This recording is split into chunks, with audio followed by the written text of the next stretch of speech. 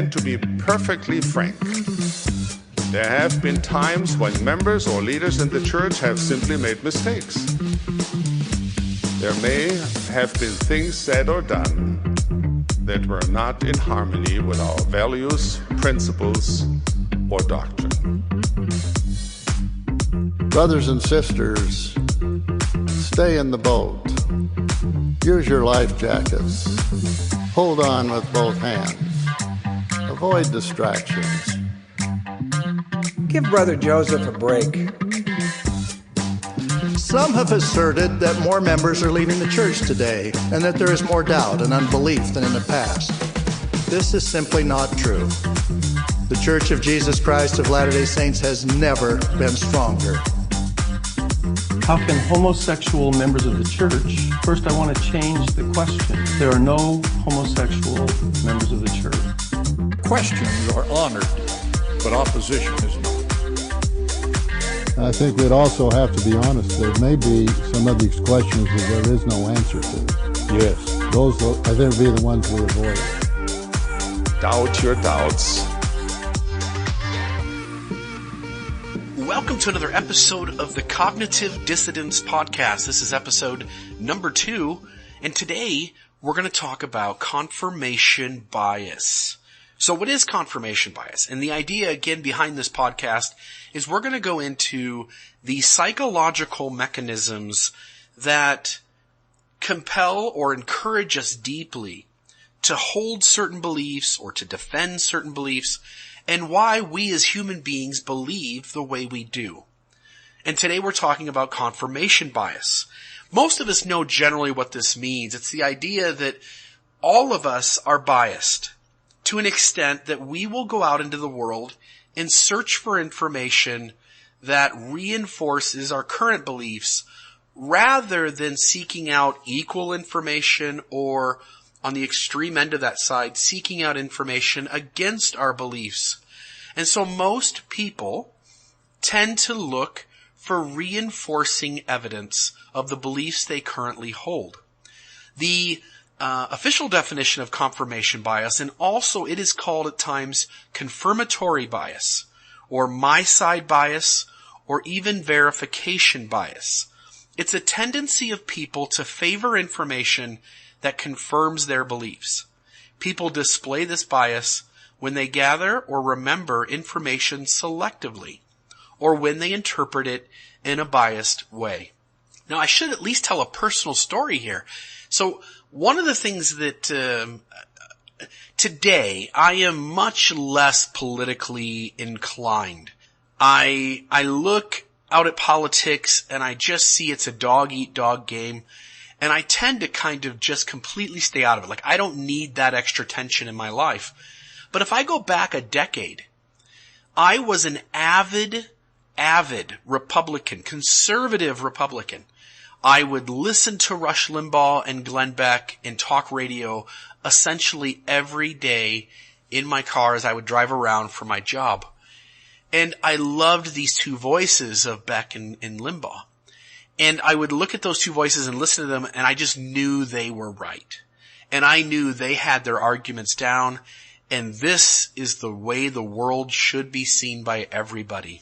And I remember back when Bill Clinton was president, I would gather every Friday at my grandfather's house, and me and my dad and all of his brothers and sisters, he was one of 8 children, and we had all of our cousins, and we all lived in the same town, and we would gather at my grandfather's house, sit in his backyard on Fridays, and we would talk sports or talk politics. And I remember when Bill Clinton was president, and we would have conversations regarding the debt, the national debt, and that number, and how me and my brother and others in that group who were also conservative Republicans and diehard Rush Limbaugh and Glenn Beck listeners, how much we would look at that national debt and say, look, this thing is just growing. We have to do something about it. And then soon as George Bush, the junior, comes in to be president, right? George Bush 43, I think is how we would refer to him. And when he comes in and he's president, And now it's our guy who's in there. And I remember distinctly I just developed a new mechanism for explaining the national debt. And I said, that's not really that big of a deal. It's just an imaginary number. That number can keep growing. It's just not that big of a deal. And then he's out, and we get Barack Obama in his first term. And immediately I'm going back to the fact that this is just a horrible number. This number we can't let this thing grow. And I remember my uncle looking at me and saying, I cannot believe you. Like every time a new president comes in, when it's your guy, you explain it this way. And when it's not your guy, then you're harping on it. And it just struck me then how our brains will defend our beliefs at all cost. Confirmation bias. Some other examples. If we consider the debate over gun control. Take, for instance, Sally. Sally, she's in support of gun control. She seeks out news stories and opinion pieces that reaffirm the need for limitations on gun ownership. When she hears stories about shootings in the media, she interprets them in a way that supports her existing beliefs. Henry, on the other hand, is adamantly opposed to gun control. He seeks out news stories that are aligned with his position, and when he comes across news stories about shootings, he interprets them in a certain way that supports his current point of view. Another example would be people who believe in extrasensory perception, ESP. These folks will keep close track of instances when they were thinking about mom. And then the phone rang, and guess what? It was mom.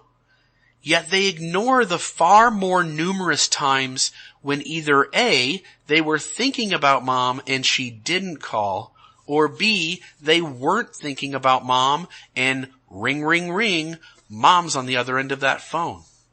And so those are some examples of confirmation bias. But I thought we'd also play a short soundbite of another gentleman explaining in really simple terms using a little numbers game of what confirmation is, confirmation bias. And so let's now go to that audio. I'm going to give you guys three numbers, a three-number sequence, and I have a rule in mind that these three numbers obey. And I want you to try to figure out what that rule is. But the way that you can get information is by proposing your own set of three numbers, to which I will say, yes, that follows my rule, or no, it doesn't follow my rule, and then you can propose what you think the rule is. Is that fair? Yeah. Yeah. Okay, so here are the three numbers. 2, 4, 8. 2, 4, 8. You don't need to continue the sequence. You can propose a totally different sequence, whatever you want to propose, and I will simply say yes or no. That follows my rule. 2, 4, 8. 16, 32. 16, 32, and 64. Yeah. Those also follow my rule. Okay. What's the rule? Multiply by 2. That is not my rule. What? That's not my rule. But you're allowed, if you want, propose three other numbers. 3, 6, 12. 3, 6, 12. 3, 6, 12 follows my rule. 10, 20, 40. 10, 20, 40. That follows the rule. Yeah, I'm still multiplying by 2. I know. Ah. I know what you're doing. And yes, it follows my rule, but no, it's not my rule. 5, 10. 10 and 20. Follows my rule. 100. 200. 400. Follows my rule. 500, 1,000, 2,000. Follows my rule. Want me to keep going? But do I just keep going? You're going to tell me your rule? Am I doing it the wrong way? Am I approaching this the wrong way? You're totally fine, okay. But you're approaching it the way most people approach it. Like, think strategically about this. You want information. Yeah. I have information. The point of the three numbers, right, is to allow you to figure out what the rule is. Yeah. Okay, I'm going to give you the numbers that I don't think fits the sequence and then see what you say. So I'll say 2, 4, 7. Fits my rule. So whatever I propose is right? So is your rule like you can propose any number? So the rule is anything we say is yes. No. Damn it. But you are on the right track now. Hit me with three numbers. 3, 6, 9. Follows my rule. Oh, that didn't follow my rule. This is good, right? 5, 10, 15. That follows my rule. What? Oh. Really? Yeah. I don't believe this. 1, 2, 3. 1, 2, 3. Follows the rule. What about 7, 8, 9? Follows. Yes, that follows the rule. 8, 16, 39. Fits the rule. Excellent. But we're no closer to the rule. I want you to get to the rule. How about 1, 7, 13? Follows the rule. What? 11, 12, 13. How does this Follows make the rule. sense? 10, I don't 9, know how 8. to do this. Does not follow the rule. 10, 9, 8 does not. Oh, so is it all in ascending order? Booyah. Okay. Up top. Yes. First that ones what it to is? get it. You guys nailed it. That's the rule. That's the rule. Numbers in increasing order. Numbers in ascending order. Oh, so much 1, 2, 3, 4, 5, 6, 10, 15, 25. Doesn't matter. Any numbers in ascending order. I was inspired to make this video by the book The Black Swan by Nassim Taleb. Now, the black swan is a metaphor for the unknown and the unexpected. I mean, in the old world, the theory was that all swans were white. So each instance of a white swan would make you think, yeah, that theory's pretty good. But the point is, you can never prove a theory true. And in fact, when people found Australia, they realized that there were black swans. What was interesting for me was that everyone I spoke to came up with a rule very early on and then only proposed numbers that fit with that rule they were thinking. I was looking for you guys to propose a set of numbers that didn't follow your rule. Right. And didn't follow my rule. I was looking for you guys not to try to confirm what you believe. You're always asking something where you expect the answer to be yes, right? Like you're trying to get at it. Yeah. But instead you want to get the no. You want to get the no because that's much more informational for you than the yes. Like if everything's No, that getting is a yes. true. That is really true once you say that. That is what's so important about the scientific method. We set out to disprove our theories. And it's when we can't disprove them that we say, this must be getting at something really true about our reality. So I think we should do that in all aspects of our lives. If you think that something is true, you should try as hard as you can to disprove it. Only then can you really get at the truth and not fool yourself.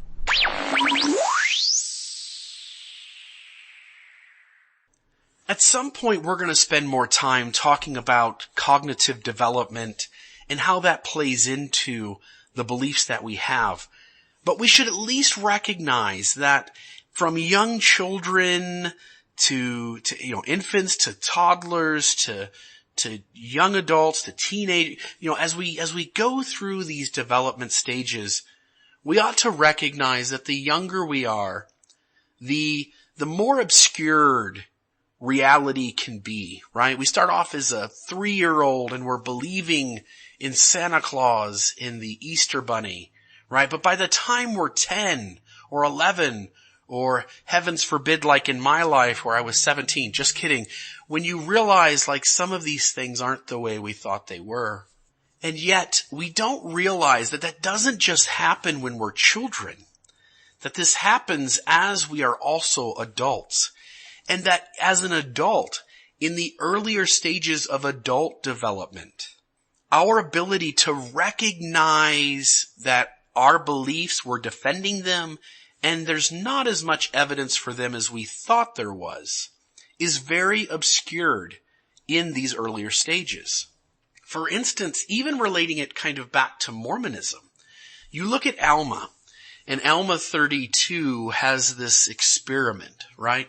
And it somewhat follows the scientific method.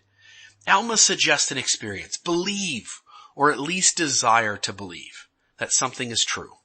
If it turns out to be good, then you know it is true and worth believing. Otherwise, forget it. Now, this is an approach to knowledge that is exceedingly prone to confirmation bias, right?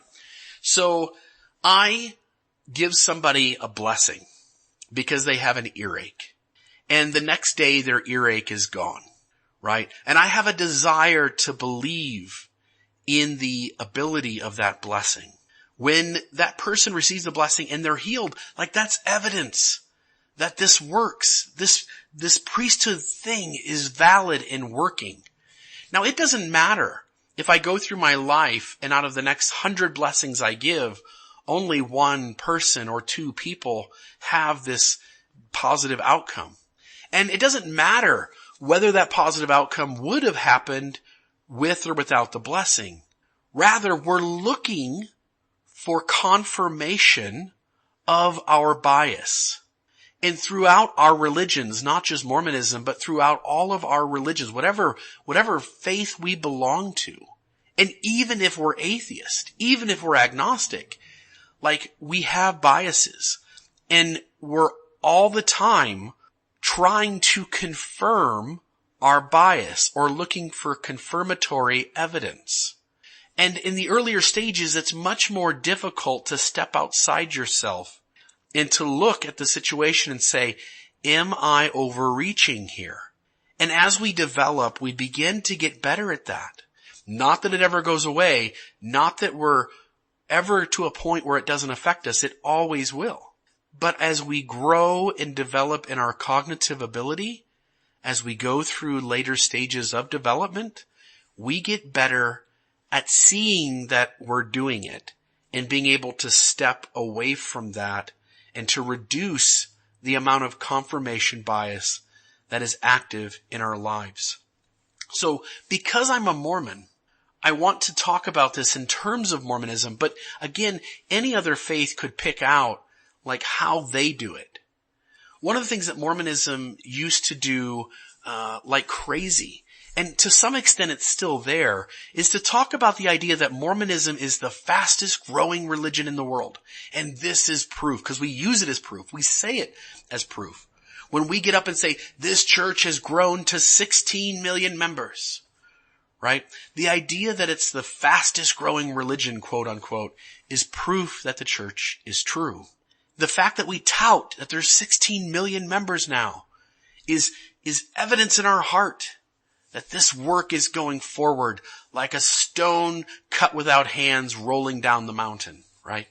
And yet, now that the church's growth has become stagnant or is perhaps even beginning to go backwards once we take into account excommunications and resignations and people who simply step back from activity. Like, now we have to change our reasoning. So now our confirmation bias now looks for a new reason to confirm that we are the true church. So rather than saying we are the fastest growing church out there, now we say that we are going to be a strange and peculiar people. We are like the leaven among the wheat. We are the leaven in the bread. We are the salt. And you just need a little bit of salt. And we come up with all these explanations that say, like, we don't need to be that big. We should have never expected to be that big. It's actually the idea that we are just a small segment of a very large world that points to us being true. And yet we stand up and we say, we're 16 million members and growing, because we often want to emphasize that we are growing, because who wants to be in decline? And so we say that we're 16 million and growing, 16 million being the number of people baptized on the records, rather than saying something like we're 5.6 million and dropping, which is the number of active members in the world. And so it becomes a heads I win, tails you lose game. And that is how confirmation bias works. That no matter what evidence lays out there in the periphery, that we are looking for any angle that confirms the bias we already have. We want to be bolstered in the beliefs that we hold. And so we'll shout out from the rooftops the evidence we have. There's this NHM in the southern Arabian Peninsula. And there's chiasmus. I mean, look at chapter 36 of Alma. And we give an extreme amount of weight to these evidences, yet the multitude of evidences that point to our narrative being deeply problematic, those we just brush off. We just set those ones aside, or we give them a whole lot less weight. And so an average person who has no bias walks into the situation and sees 1,000 pieces of evidence on one side and sees 4 pieces of evidence on the other. And they look at them and they say, okay, what are the evidences on both sides? What's the seriousness of each piece? How should I weigh these? Which ones should get more serious consideration than others? And someone without a predisposed bias, and again, we all have biases. So to say there's someone without a predisposed bias misses the mark a little bit. But for the sake of our conversation, take someone with a minimal amount of bias. And they look at these issues and they say, man, there's a lot of stuff over here on this side. And there's only a few things over here on this side. And the things where there's a lot of stuff, some of these just absolutely do not have any good answers. And on the side where there's only a few things, like there are explanations for those. Yeah, I mean, they do stick out a little bit. Yeah, they're kind of neat. Maybe they're coincidence. Maybe they're not. But like, what kind of weight should we give them? And so what we have to learn to do as human beings is somewhat remove ourselves from our investedness in the outcome of this conversation. And we need to be able to step back and say, like, what is the real evidence on both sides? And rather than looking for the evidence to confirm the belief I want to conclude with, can I look at the evidence realistically and try to take as much of my bias out and realize that no matter how comfortable I am in my beliefs, that I want to be able to discover truth in reality, regardless of how uncomfortable that makes me. And that goes for people on both sides. Because there are plenty of ex-Mormons or critics of the church who also have deep biases and who also are looking deeply, rigidly for confirmatory evidence of that bias. And so we need to step out of that and be as objective as we can. The way to fight off confirmation bias, another way, is really simple. It's a state, but it's really hard to put into practice. You have to try to think up and test out alternative hypotheses. Now this sounds easy, but it's not in our nature. It's no fun thinking about why we might be misguided or have been misinformed. It takes a bit of effort. It's distasteful reading a book which challenges our political beliefs, or considering criticisms of our favorite film, or even accepting how different people choose to live their lives. Trying to be just a little bit more open is part of the challenge that the confirmation bias sets upon us. Can we entertain those doubts for just a little longer? Again, I know our faith teaches at times that doubt is bad. But think about doubt for a moment. The only people who tell you that doubt is bad are those within your own faith tradition. Like, you're doubting Mormonism, and as a Mormon leader, your doubt is bad. But does Mormonism teach that doubts in the Catholic Church are bad? Does Catholics teach that doubts in the Baptist Church are bad? Does Islam teach that doubts in Scientology is bad? And do Scientologists teach that doubts in the Jehovah's Witness faith is bad? Like, I don't think anybody's doing that. It's only within your own faith tradition. And it comes from this fear base of like, don't look at the information. Don't give it serious consideration. Don't read what the critics are saying. Don't listen to your friend who has stepped away from our faith, what he has to say. It's fear-based. What I'm saying is to step back, look at the questions you have. Look at the doubts that you have. Look for evidence from coming from both camps and camps in between. Weigh the evidence. No scientist, when he tries to get to the truth of the matter, avoids data coming from one side simply because it's not the side he wants to conclude with. We would not accept that science. So step back and be willing to look at the information on both sides. Can we entertain those doubts for just a little longer? Can we even let the facts sway us and perform that most fantastical of feats of changing our minds? I'm Bill Reel. This is the Cognitive Dissidents Podcast. Have a great day. And to be perfectly frank, there have been times when members or leaders in the church have simply made mistakes. There may have been things said or done that were not in harmony with our values, principles, or doctrine. Brothers and sisters, stay in the boat. Use your life jackets. Hold on with both hands. Avoid distractions. Give Brother Joseph a break. Some have asserted that more members are leaving the church today and that there is more doubt and unbelief than in the past. This is simply not true. The Church of Jesus Christ of Latter-day Saints has never been stronger. How can homosexual members of the church? First, I want to change the question. There are no homosexual members of the church. Questions are honored, but opposition is not. I think we'd also have to be honest. There may be some of these questions that there is no answer to. Yes. Those, I think, would be the ones we avoid. Doubt your doubts.